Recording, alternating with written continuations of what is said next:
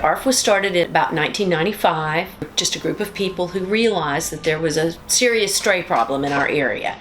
And we have grown a great deal since those days. We moved into our building in 2004 and have grown even more since then, since we have a permanent place. The mission of AARF is to aid the homeless and helpless cats and dogs in our area. We provide rescue and adoption, certainly, information, education, and all the while we promote the human-animal bond. We think that's very important. We've been around for over 20 years. We have worked so hard to refine our process on finding the animals the best home possible. We take multiple applications, then we check all vet references, personal references, and we do a home visit and pick the best fit. And I think that makes it special. We had a cat that was with us for about 6 years. She developed at one point high blood pressure, and that affected her sight.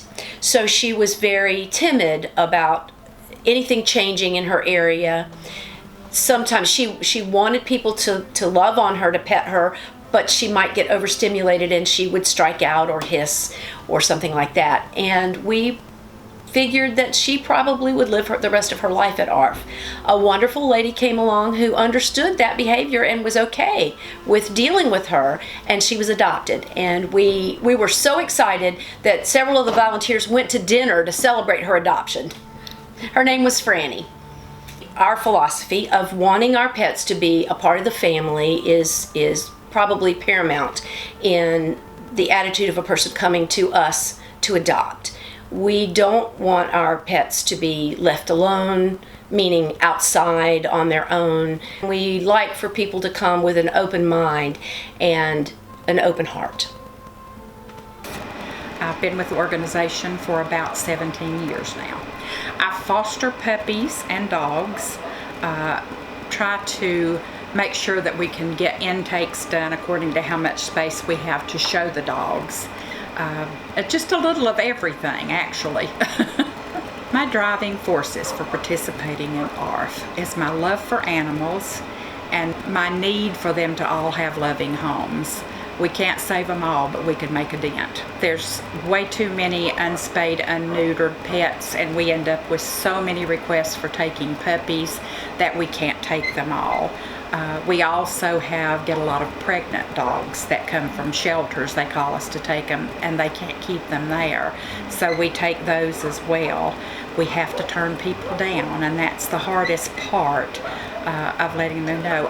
Although we have something called community foster, if folks are able to foster the dog that they want to rehome for us, then show it at the adoption fairs, then we can find a home for them that way. I think one of the best ones that we've had is we have a dog that right now that was the mother of a group of puppies that we got when she was pregnant.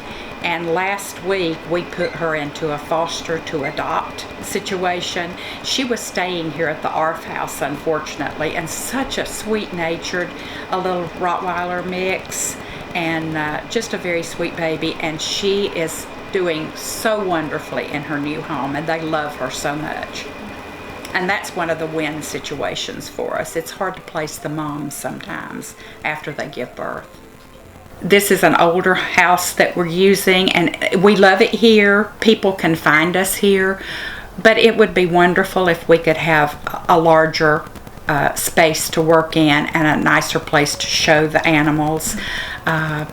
My other dream is to have many, many more people that want to foster the animals, because that's one thing we're very short on, is foster homes. And it's so much fun because if you like puppies, take a couple at a time, and there's constant turnover, and you can take a break when you want to in between for at least a week before we put you back to work. I would like to say that when you come on board with AARF, when you come to adopt an animal here, we try our best to find the right homes for each of the dogs. We do turn people down from time to time, and the one thing that people need to understand is when you have not done all the things we require for your previous dog, then we're not going to adopt another one to you, and people get angry about it. And we need for them to understand that this is what we're all about.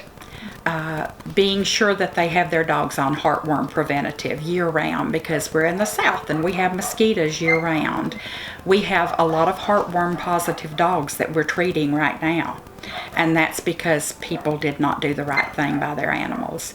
Having your dogs up to date on all their vaccinations all the time is very important, and when people haven't done that, then no, we're not going to adopt another dog to them.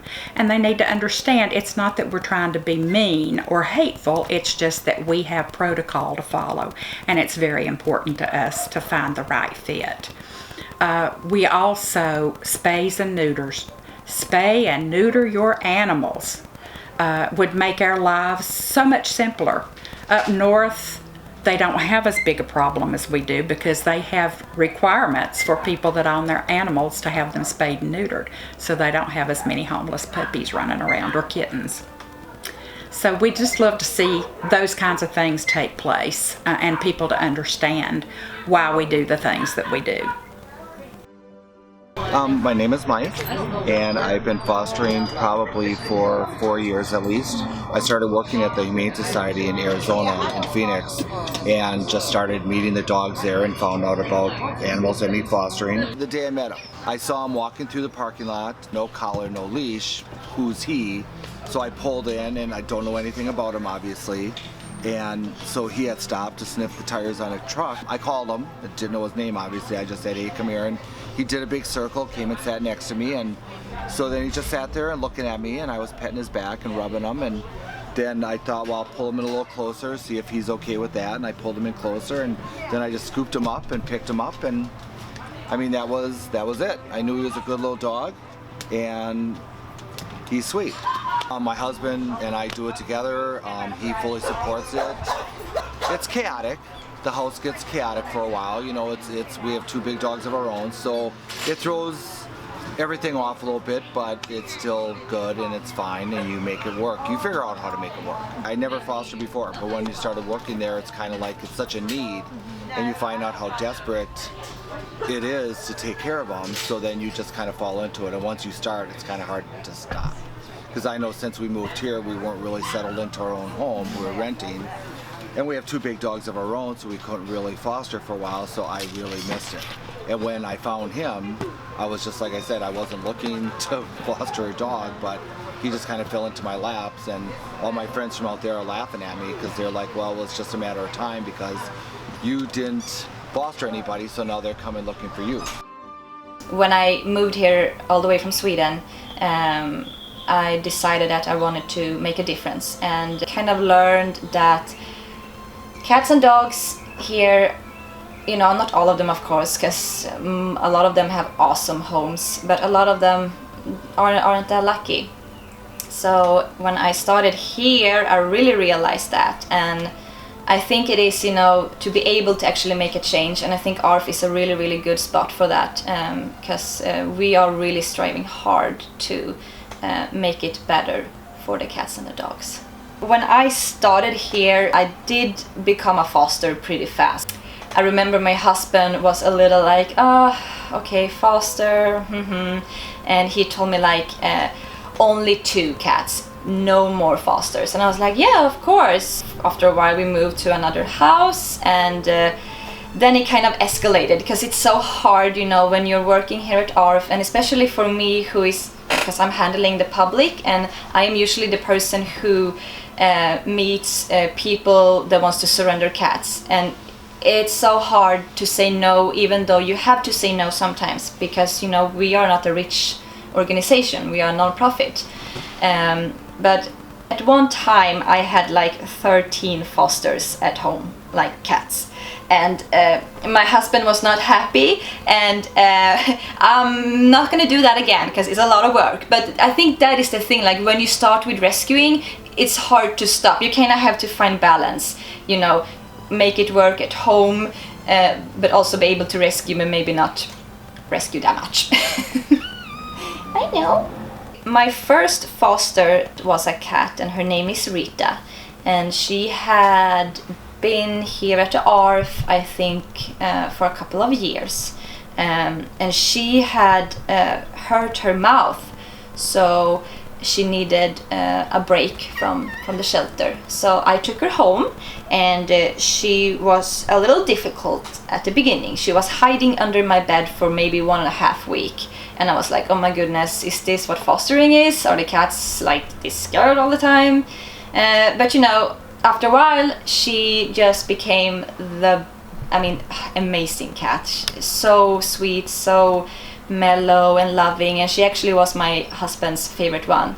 And her backstory was pretty sad, because she was a man who had her and I think 13 or 16 other cats in a basement without any windows, and he didn't look after them at all. So when he passed away and AARF was able to help them, I think a lot of them didn't make it, but Rita was one of few who did.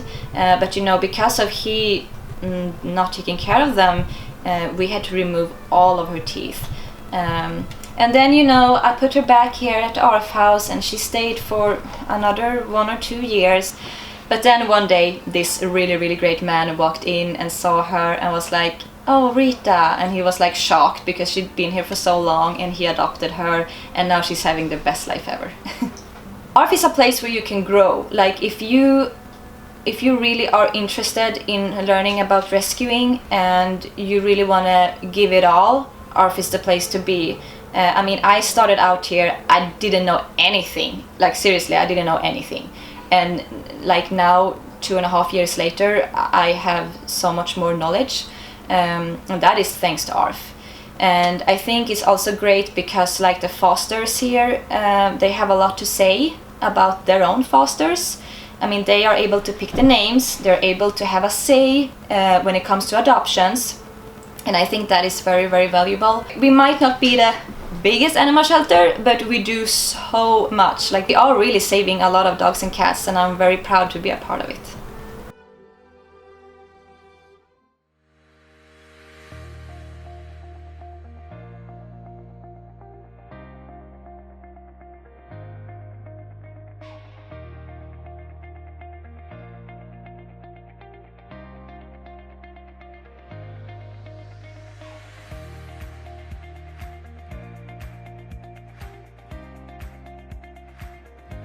My name is Joyce Fish, and this is Liam, one of our dogs up for adoption at AARF.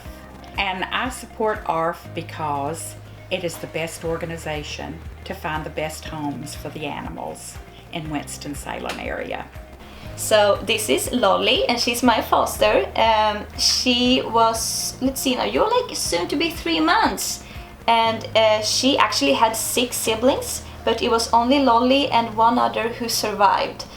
So she's a special girl. She was actually born in my husband's lap. Please come and adopt her. I love you. I love you. Hi, my name is Mike.